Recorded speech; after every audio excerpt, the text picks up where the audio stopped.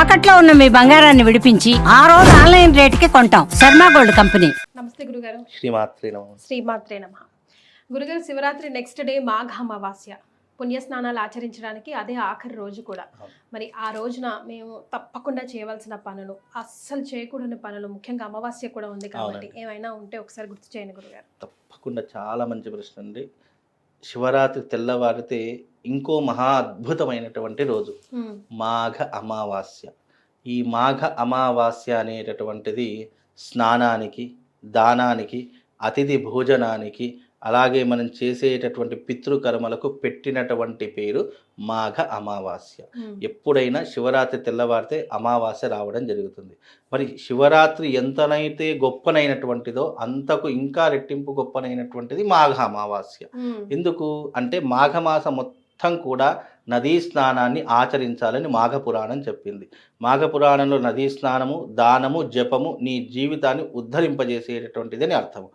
ఈ మాఘమాసం మాఘ అమావాస్య అనేటటువంటిది ఏం ఆచరించాలంటే, ముఖ్యంగా నీ జీవితంలో నువ్వు ఏం చేసినా చేయకపోయినా మాఘ అమావాస్యలు 3 కర్మలు ఆచరించాలి.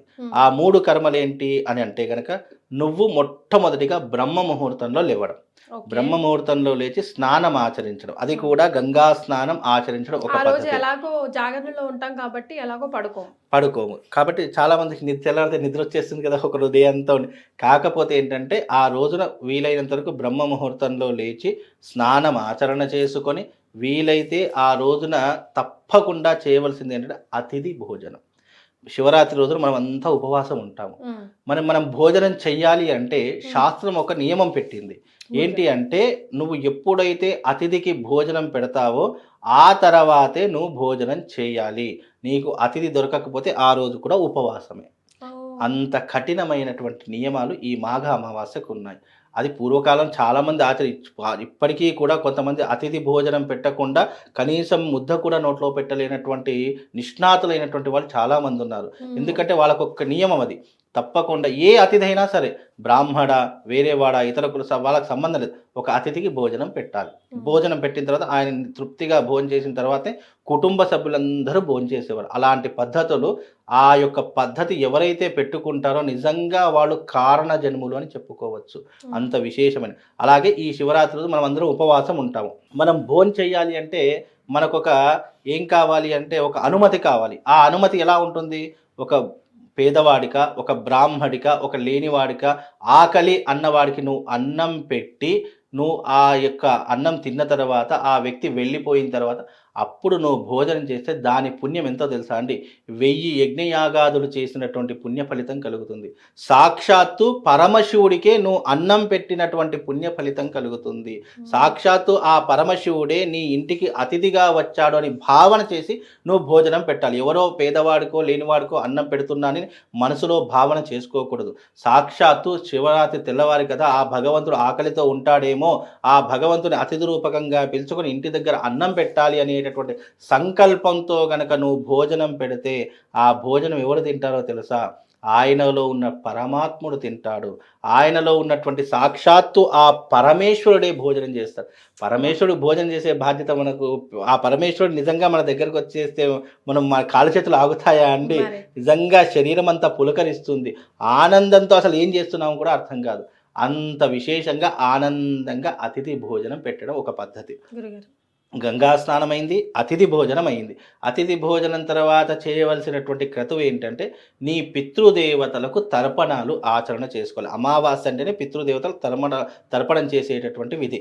నీ పితృదేవతలకు, అందులోనూ శివరాత్రి తెల్లవారి వచ్చే అమావాస్య పితృదేవతలకు చాలా ప్రీతికరమైనటువంటిది. నీ పితృదేవతలకు తప్పకుండా శ్రాద్ధ విధి లేదా తర్పణము, తిల తర్పణం వదలాలి. అలా వదిలిన తర్వాత నువ్వు మొట్టమొదటిగా తినేటటువంటి భోజనం ఏదైతే ఉంటుందో అందులో ఒక ముద్ద తీసుకొని ఒక గిన్నెలో కానీ, ఒక రావి ఆకులో కానీ, ఏదో ఒక అరటి డొప్పలో కానీ దేంట్లోనే పెట్టి ఆ మొదటి ముద్ద తప్పకుండా నీ ఇంటి బయట ప్రహారీ కూడా ఉంటుంది, దాని మీద పెట్టిన తర్వాతనే నువ్వు భోజనం చేయాలి. ఇది 3వ పద్ధతి. ఈ రకమైనటువంటి పద్ధతులు ఎవరైతే ఆచరిస్తారో, మాఘ అమావాస్య నెలంతా స్నానం చేయనటువంటి వారు ఉంటారు కదా, ఈ ఒక్కరోజు స్నానం చేస్తే మాఘ అమావాస్య మొత్తం నెలంతా స్నానం చేసినటువంటి పుణ్య ఫలితం ఈ ఒక్కరోజు కలుగుతుంది. నువ్వు ఒక పేదవాడికి అన్నం పెడతావు కదా, అతిథికి అన్నం పెడతావు కదా, ఆ తెల్లవారి పెట్టేటటువంటి అతిథి భోజనం ఎవరికి చెందుతుందో తెలుసా?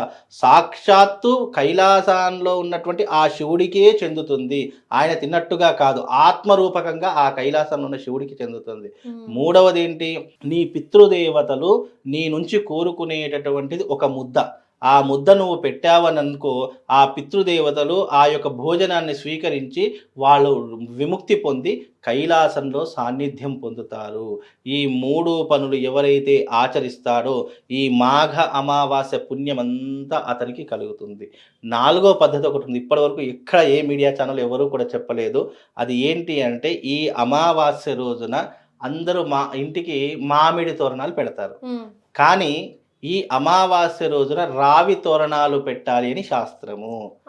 రావి తోరణాలు ఎవరైతే, రావి చెట్టు ఆకులు ఉంటాయి కదా, చక్కగా వాటన్నింటినీ కడిగేసి రావి చెట్టుకి పసుపు ముద్ద చేసేసి దానికి చక్కగా పసుపు పెట్టేసేసి మధ్యలో కుంకుమ పెట్టేసి దాన్ని తోరణంగా ఎవరైతే కడతారో అమావాస్య రోజున, అమావాస్య నెగిటివ్ తొలగిపోవడానికి కదా, ఆ నెగిటివ్ ఎనర్జీ తొలగిపోవడానికి ఇంటి గుమ్మానికి ఈ మామిడి తోరణాలకు బదులుగా రావి తోరణాలు కట్టండి. చక్కగా రావి తోరణాలు కడితే ఇంట్లో పాజిటివ్ ఎనర్జీ పెరిగిపోతుంది. ఇంట్లో అల్లర్లున్నా, ఇబ్బందులున్నా, ఆరోగ్య సమస్యలున్నా, ఆర్థిక సమస్యలున్నా వాటన్నిటిని కూడా తొలగించేటటువంటిది ఈ రావి ఆకుల తోరణము.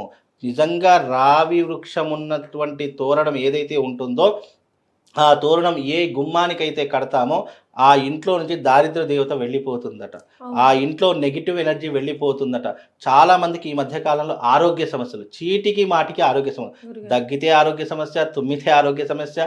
ఇక ఆ ఆరోగ్య సమస్యతో మనం బయటకు వెళ్ళలేము, లోపలికి వెళ్ళలేము, డ్యూటీలు చేయలేము, ఏమీ చేయలేము. అలా ఆరోగ్య సమస్యలు ఎవరికైతే ఉన్నాయో ఈ అమావాస్య రోజున ఇంటికి రావి తోరణం కట్టుకొని నెక్స్ట్ డే మీకు ఆరోగ్య సమస్య వస్తే నాకు చెప్పండి. అంత విశేషమైనటువంటి ఇది తాంత్రిక విధానంలో సాక్షాత్తు ఇది ఎవరు చెప్పారు తెలుసా? పరమశివుడు దత్తాత్రేయుడితో ఉపదేశించినటువంటి అతి రహస్యమైనటువంటిది. అందుకే వృక్షాలలోకెల్లా అశ్వత్థ వృక్షం చాలా కల్పవృక్షం అని చెప్పారు. ఆ కల్పవృక్షం యొక్క తోరం కట్టుకుంటే ఆరోగ్య సమస్యలు, ఆర్థిక సమస్యలు, మనకున్నటువంటి నెగిటివ్ ఎనర్జీ అన్నీ కూడా తొలగిపోతే అంత విశేషమైన ఈ 4 పనులు చేయండి. నెక్స్ట్ డే నుంచి మీ లైఫ్ మారకపోతే నన్ను అడగండి. అంత విశేషమమ్మా. సో 4 కూడా చాలా సింపుల్ గా మనం ఆచరించవలసినవే కాబట్టి మాఘ అమావాస్య రోజుని ఇది మేము తప్పకుండా చేస్తాం. తప్పకుండా ఆచరించండి. ధన్యవాదాలు. శ్రీమాన్.